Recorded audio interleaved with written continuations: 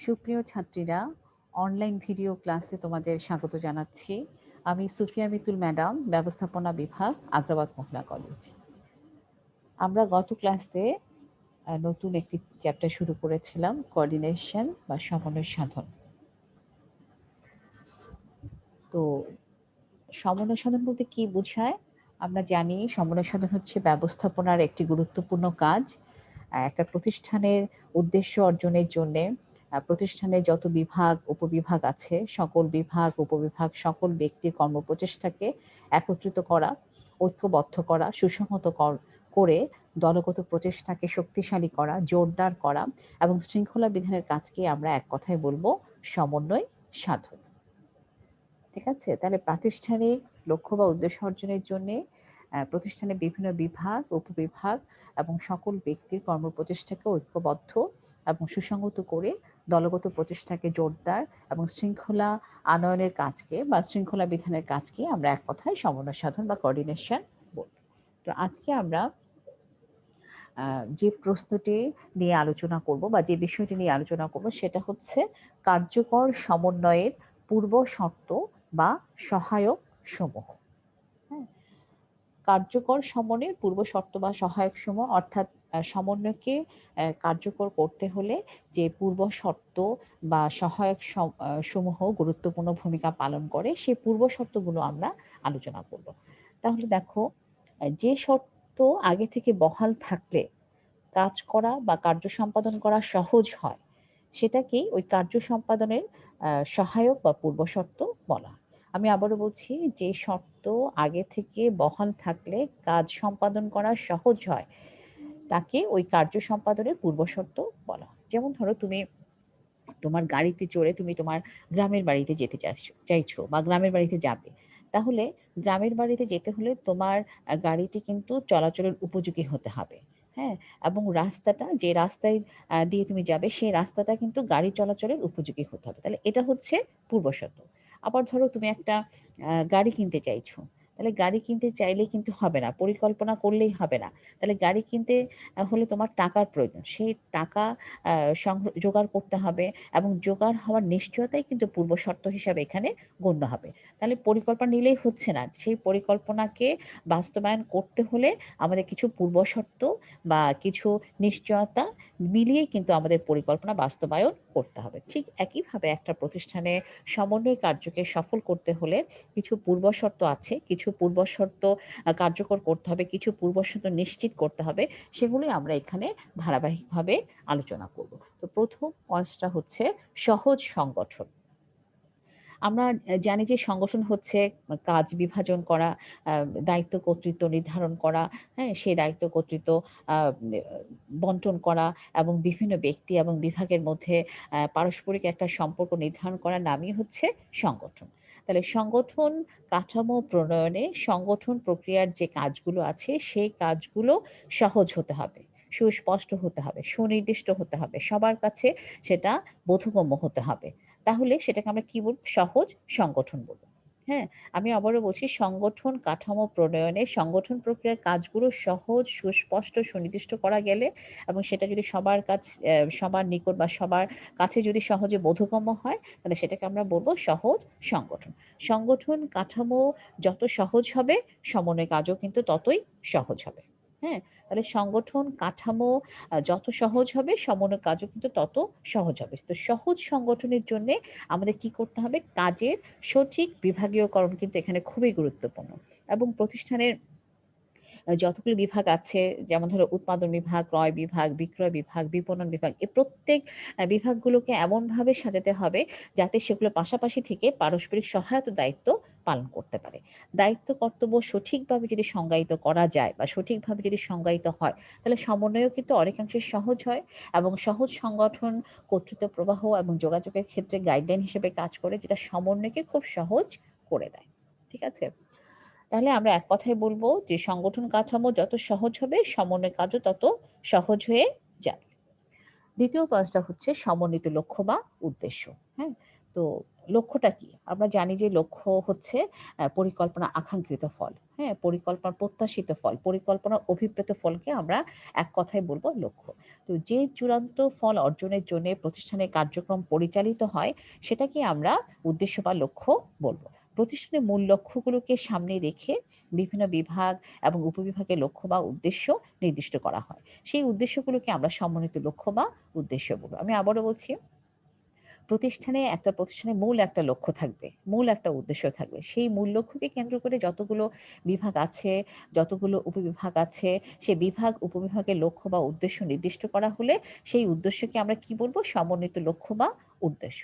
হ্যাঁ? তো কার্যকর সমন্বয়ের ক্ষেত্রে অর্থাৎ সমন্বয়কে কার্যকর করতে হলে সমন্বিত লক্ষ্য বা সমন্বিত উদ্দেশ্য খুবই গুরুত্বপূর্ণ ভূমিকা পালন করে। অর্থাৎ মূল উদ্দেশ্য বা লক্ষ্যের আলোকে যদি বিভাগগুলো তাদের লক্ষ্য নির্ধারণ করে এবং সেই অনুযায়ী যদি উপবিভাগীয় পর্যায়ে যদি লক্ষ্য নির্ধারিত হয়ে থাকে, তবে সমন্বিত কাজ পরিচালনা করা সহজ হয়। আমি আবারও বলছি, মূল উদ্দেশ্যের আলোকে বা মূল লক্ষ্যের আলোকে যদি বিভাগগুলো তাদের লক্ষ্য নির্ধারণ করে এবং সেই অনুযায়ী যে উপবিভাগগুলো আছে তারাও যদি উপবিভাগীয় পর্যায়ে লক্ষ্য নির্ধারণ করে, তবে কিন্তু প্রতিষ্ঠানের কাজ সমন্বয় সাধন করা খুবই সহজ হবে এবং কার্য পরিচালনা করাও কিন্তু খুবই সহজ হবে। তাহলে ২য় পয়েন্টটা হচ্ছে আমাদের সমন্বিত লক্ষ্য বা উদ্দেশ্য। ৩য় পয়েন্টে আসো, সুসংহত বা সমন্বিত পরিকল্পনা। তো সুসংহত বা সমন্বিত পরিকল্পনা কি? একটা প্রতিষ্ঠানের প্রত্যেকটা বিভাগ, প্রত্যেকটা উপবিভাগের পরিকল্পনার সাথে অন্য যে সমস্ত সংশ্লিষ্ট বিভাগ রয়েছে, অন্য যে সমস্ত সংশ্লিষ্ট উপবিভাগ রয়েছে, সে সমস্ত উপবিভাগের পরিকল্পনার দৃঢ় সম্পর্ক প্রতিষ্ঠা করা। হ্যাঁ? পরি মা উম দৃঢ় সম্পর্ক প্রতিষ্ঠা করে বা সেই পরিকল্পনার সাথে মিল রেখে যেই পরিকল্পনা প্রস্তুত করা হয় তাকে আমরা বলব সুসংহত পরিকল্পনা বা সমন্বিত পরিকল্পনা। আমি আবারও বলছি, একটা প্রতিষ্ঠানের প্রতিটা বিভাগ ও উপবিভাগের পরিকল্পনার সাথে অন্য যে সমস্ত বিভাগ রয়েছে, উপবিভাগ রয়েছে, সে সমস্ত বিভাগ ও উপবিভাগের পরিকল্পনার দৃঢ় সম্পর্ক প্রতিষ্ঠা করে যে পরিকল্পনা তৈরি করা হবে, সেটাকে আমরা এক কথায় বলব সুসংহত পরিকল্পনা বা সমন্বিত পরিকল্পনা। তাহলে একটা পরিকল্পনার আলোকেই কিন্তু প্রতিষ্ঠানের সকল কাজ কিন্তু সম্পাদিত হয়ে থাকে। তো সেজন্যে তাই প্রতিষ্ঠানের পরিকল্পনা যদি সমন্বিত হয়, সুসংহত হয় এবং সকল বিভাগের মধ্যে পরিকল্পনা প্রণয়নে যদি এরূপ সামঞ্জস্য বিধান করা যায়, তবে কিন্তু কার্যক্ষেত্রে সমন্বয় কিন্তু সহজ হয়ে যায়। হ্যাঁ? আমি আবারও বলছি, অর্থাৎ সকল বিভাগের মধ্যে পরিকল্পনা প্রণয়নে যদি সামঞ্জস্য বিধান করা যায়, তাহলে কিন্তু কার্যক্ষেত্রে সমন্বয় কাজটা খুবই সহজ হয়ে যায়। যেমন ধরো, একটা উদাহরণ বলছি, একটা প্রতিষ্ঠানের উৎপাদন বিভাগ, হ্যাঁ? যদি তারা পরিকল্পনা নেয় যে ২০% উৎপাদন, তারা যা উৎপাদন করত তার চাইতে ২০% বেশি উৎপাদন করবে, হ্যাঁ? এটা তাদের পরিকল্পনা, প্ল্যানিং। তাহলে উৎপাদন বিভাগের এই পরিকল্পনার সাথে মিল রেখে বিক্রয় বিভাগকে তার বিক্রয়ের জন্য, অর্থাৎ যে ২০% আ উম উৎপাদন করবে উৎপাদন বিভাগ, বিক্রয় বিভাগের কাজ কি? সেটা বিক্রয় করা। ক্রয় বিভাগের কাজ কি? উৎপাদনের জন্য প্রয়োজনীয় কাঁচামাল সংগ্রহ করা। অর্থ বিভাগের কাজ কি? সেই ২০% বেশি উৎপাদনের জন্য প্রয়োজনীয় অর্থের যোগান দেওয়া। এবং এ সমস্ত কাজের জন্যে একটা সুসংগত বা একটা সমন্বিত পরিকল্পনা গ্রহণ করতে হবে। তাহলে এই যে প্রত্যেকটা বিভাগের পরিকল্পনার সাথে মিল রেখে একটা যদি সুসংহত বা সমন্বিত পরিকল্পনা গ্রহণ করা যায়, তাহলে কিন্তু সেক্ষেত্রে প্রতিষ্ঠানের কাজও সহজ হয়ে যাবে এবং প্রতিষ্ঠানের সকল কাজের মধ্যে সমন্বয় সাধন করাও কিন্তু সহজ হয়ে যাবে। চতুর্থ পয়েন্ট হচ্ছে সুষ্ঠু যোগাযোগ ব্যবস্থা। সুষ্ঠু যোগাযোগ ব্যবস্থা কি? একটা প্রতিষ্ঠানের ভিতরে বাইরে বিভিন্ন পক্ষের সাথে তথ্য বা সংবাদ দ্রুত বিনিময়ের কার্যকর ব্যবস্থাকে সুষ্ঠু যোগাযোগ ব্যবস্থা বলে। তো এখন সুষ্ঠু যোগাযোগ কিন্তু সমন্বয়ের একটি অন্যতম সহায়ক বা একটা অন্যতম পূর্বশর্ত। প্রতিষ্ঠানের অভ্যন্তরে যত বিভাগ আছে, উপবিভাগ আছে, সে সমস্ত বিভাগ এবং সে সমস্ত উপবিভাগের মধ্যে যদি সহজ যোগাযোগ ব্যবস্থা প্রতিষ্ঠা করা যায়, একটা উন্নত যোগাযোগ ব্যবস্থা যদি প্রতিষ্ঠা করা যায়, তবে সমন্বয় কাজও কিন্তু অনেকাংশে সহজ হয়ে যায়। আমি আবারও বলছি, একটা প্রতিষ্ঠানের অভ্যন্তরে সকল বিভাগ, উপবিভাগের মধ্যে যদি সহজ এবং উন্নত যোগাযোগ ব্যবস্থা যদি প্রতিষ্ঠা করা সম্ভব হয়, তবে সমন্বয় কাজও কিন্তু অনেকাংশে সহজ হয়ে যায়। যেমন ধরো, একটা প্রতিষ্ঠান উৎপাদন বিভাগের একটা উৎপাদন কেন্দ্রে মেশিন নষ্ট হয়ে গেছে। তাহলে এখানে মেশিন নষ্ট হয়ে গেছে, তাহলে কি করতে হবে? মেশিনটি দ্রুত মেরামত করতে হবে। তাহলে দ্রুত মেরামত করতে না পারলে কিন্তু ওই উৎপাদন কেন্দ্রের উৎপাদনেই ব্যাহত হবে না, পাশাপাশি সংশ্লিষ্ট যে সমস্ত উৎপাদন কেন্দ্র রয়েছে সে সমস্ত কেন্দ্রের কাজগুলো কিন্তু বাধাপ্রাপ্ত হবে, ব্যাহত হবে। তো এখন যদি মেশিন মেরামতের বিষয়টি উৎপাদন ব্যবস্থাপকের মাধ্যমে মহাব্যবস্থাপকের কাছে যায়, যিনি একদম প্রধান নির্বাহী, তার কাছে যায়, মহাব্যবস্থাপকের কাছে যায় এবং সেখান থেকে আবার মেরামত বিভাগে যায়, মেরামত বিভাগের কর্মকর্তা কর্তৃক নির্দেশিত হয়ে মেরামত কর্মীরা যদি মেরামত আরম্ভ করে তবে দেখা যাবে যে অনেক দেরি হয়ে যাবে, অনেক বিলম্ব হয়ে যাবে, হ্যাঁ? তো সেক্ষেত্রে এসব আনুষ্ঠানিকতায় না গিয়ে উৎপাদন কেন্দ্রের কর্মীরা যদি সরাসরি মেরামত কর্মীদের সাথে যোগাযোগ করে ব্যবস্থা নিতে পারে, তবে সমনের কাজ কিন্তু অনেকাংশে সহজ হয়ে যায়। তাহলে সমনের পূর্বশর্ত একটা গুরুত্বপূর্ণ পূর্বশর্ত কি? প্রতিষ্ঠানের ভিতরে বাইরে বিভিন্ন পক্ষের সাথে তথ্য বা সংবাদ দ্রুত বিনিময়ের কার্যকর ব্যবস্থাকে আমরা বলব সুষ্ঠু যোগাযোগ ব্যবস্থা। ৫ম পাঁচটা হচ্ছে যথার্থ সময় নিরূপণ। যথার্থ সময় নিরূপণ হচ্ছে উত্তম সমন্বয় সাধনে প্রত্যেক কাজের জন্য যথাযথ সময় নির্ধারণ করতে হবে। উত্তম সমন্বয় সাধনে অর্থাৎ একটা প্রতিষ্ঠানে ভালোভাবে সমন্বয় সাধন করতে হলে প্রত্যেক কাজের জন্য যথাযথ সময় নিরূপণ করতে হবে। এখন যথার্থ সময় নিরূপণ বলতে কোন কাজ কখন শুরু হবে এবং কখন শেষ হবে সেটা নির্ধারণ করাকে বোঝায়। আমি আবারও বলছি, যথার্থ বা যথাযথ সময় নিরূপণ বলতে আমরা কি বুঝবো? কোন কাজ একটা প্রতিষ্ঠানে কোন কাজ কখন শুরু হবে এবং সেই কাজ কখন শেষ হবে সেটা নির্ধারণ করাকে বোঝায়। যদি প্রত্যেকটা কাজের শুরু, প্রত্যেকটা কাজের শেষ সময় যদি যথাযথভাবে নির্ধারণ করা যায়, যথাযথভাবে নির্ণয় করা যায়, বিভিন্ন কাজের মধ্যে যদি সমন্বয়ের আলোকে যদি ঘনিষ্ঠ যোগসূত্র প্রতিষ্ঠা করা যায়, তবে সমন্বয় কিন্তু নিশ্চিত করা বা কার্যকর করা সম্ভব হবে। তাহলে উত্তম সমন্বয় সাধনে প্রত্যেক কার্যের জন্য যথাযথ সময় নিরূপণ করা খুবই গুরুত্বপূর্ণ বিষয়।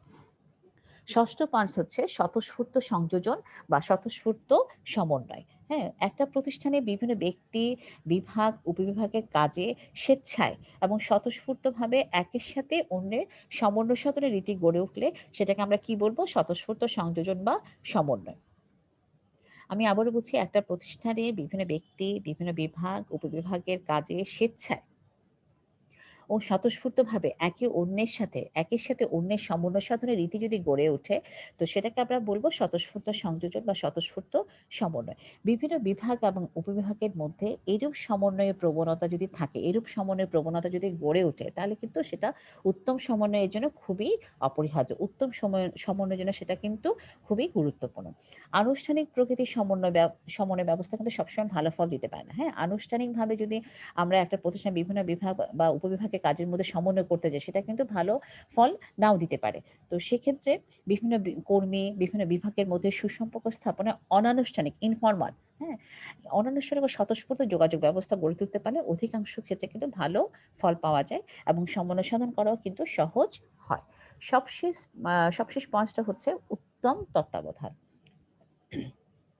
Effective supervision. উত্তম তত্ত্বাবধান বলতে ঊর্ধ্বতন কর্তৃক সশরীরে উপস্থিত থেকে বাস্তবায়ন কার্য দেখাশোনা করা, সংশ্লিষ্টদের সাথে সরাসরি কথা বলে কাজের অগ্রগতি সম্পর্কে খোঁজ খবর নেওয়া, প্রয়োজনে তাদেরকে উপদেশ দেওয়া, প্রয়োজনে তাদেরকে পরামর্শ দেওয়া, প্রয়োজনীয় দিক নির্দেশনা দানকে বুঝায়। হ্যাঁ? তাহলে উত্তম তত্ত্বাবধান বলতে কি বোঝায়? যে ঊর্ধ্বতন কর্তৃপক্ষ সশরীরে কাজে উপস্থিত থাকবেন। এখন উপস্থিত থেকে তিনি কাজ সরাসরি দেখাশোনা করবেন এবং যারা কাজের সাথে জড়িত আছে তাদের সাথে সরাসরি কথা বলে কাজের অগ্রগতি সম্পর্কে খোঁজখবর নেবেন, হ্যাঁ? এবং প্রয়োজনে তাদেরকে উপদেশ দিবেন, প্রয়োজনে তাদেরকে পরামর্শ দিবেন, প্রয়োজনে দিক নির্দেশনা দেবেন। সেটাকে আমরা বলব ইফেক্টিভ সুপারভিশন বা উত্তম তত্ত্বাবধান, হ্যাঁ? তো প্রতিষ্ঠানের ঊর্ধ্বতন নির্বাহীর ব্যক্তিগত তত্ত্বাবধান অধিকাংশ ক্ষেত্রে কিন্তু সমন্বয়ে ভালো ফল দেয়। উত্তম তত্ত্বাবধানের মাধ্যমে কিন্তু খুব সহজে কার্যক্ষেত্রে কি সমস্যা হচ্ছে, কি সমস্যা আছে সেগুলো কিন্তু খুব সহজে আইডেন্টিফাই করা যায় এবং সেই অনুযায়ী ব্যবস্থা গ্রহণের মাধ্যমে উত্তম সমন্বয় ব্যবস্থাও কিন্তু কার্যকর করা সম্ভব হয়। হ্যাঁ? তাহলে আ উত্তম তত্ত্বাবধান কার্যকর সমন্বয়ের একটা গুরুত্বপূর্ণ পূর্বশর্ত। তাহলে আমরা পরিশেষে আমরা বলব, প্রতিষ্ঠানের সকল স্তরে কার্যকর সমন্বয় ব্যবস্থা প্রতিষ্ঠা করতে হলে আমাদের এই পূর্ব শর্তগুলোকে সঠিকভাবে বজায় রাখতে হবে, সঠিকভাবে অনুসরণ করতে হবে। না হলে কিন্তু আমরা যত চেষ্টাই করি না কেন প্রতিষ্ঠানের যথাযথ সমন্বয় ব্যবস্থা গড়ে তোলা কিন্তু কখনোই সম্ভব হবে না। তাহলে আজকে আমরা যে প্রশ্ন আলোচনা করলাম সেটা হচ্ছে কার্যকর সমন্বয়ের পূর্ব শর্ত বা সহায়ক সমূহ। আগামী ক্লাসে আমরা সমন্বয়ের নীতি বা আদর্শগুলো আলোচনা করব। তো আজকে এই পর্যন্তই। তোমরা ভালো থাকবে, সুস্থ থাকবে সে প্রত্যাশা শেষ করছি। আল্লাহ হাফেজ।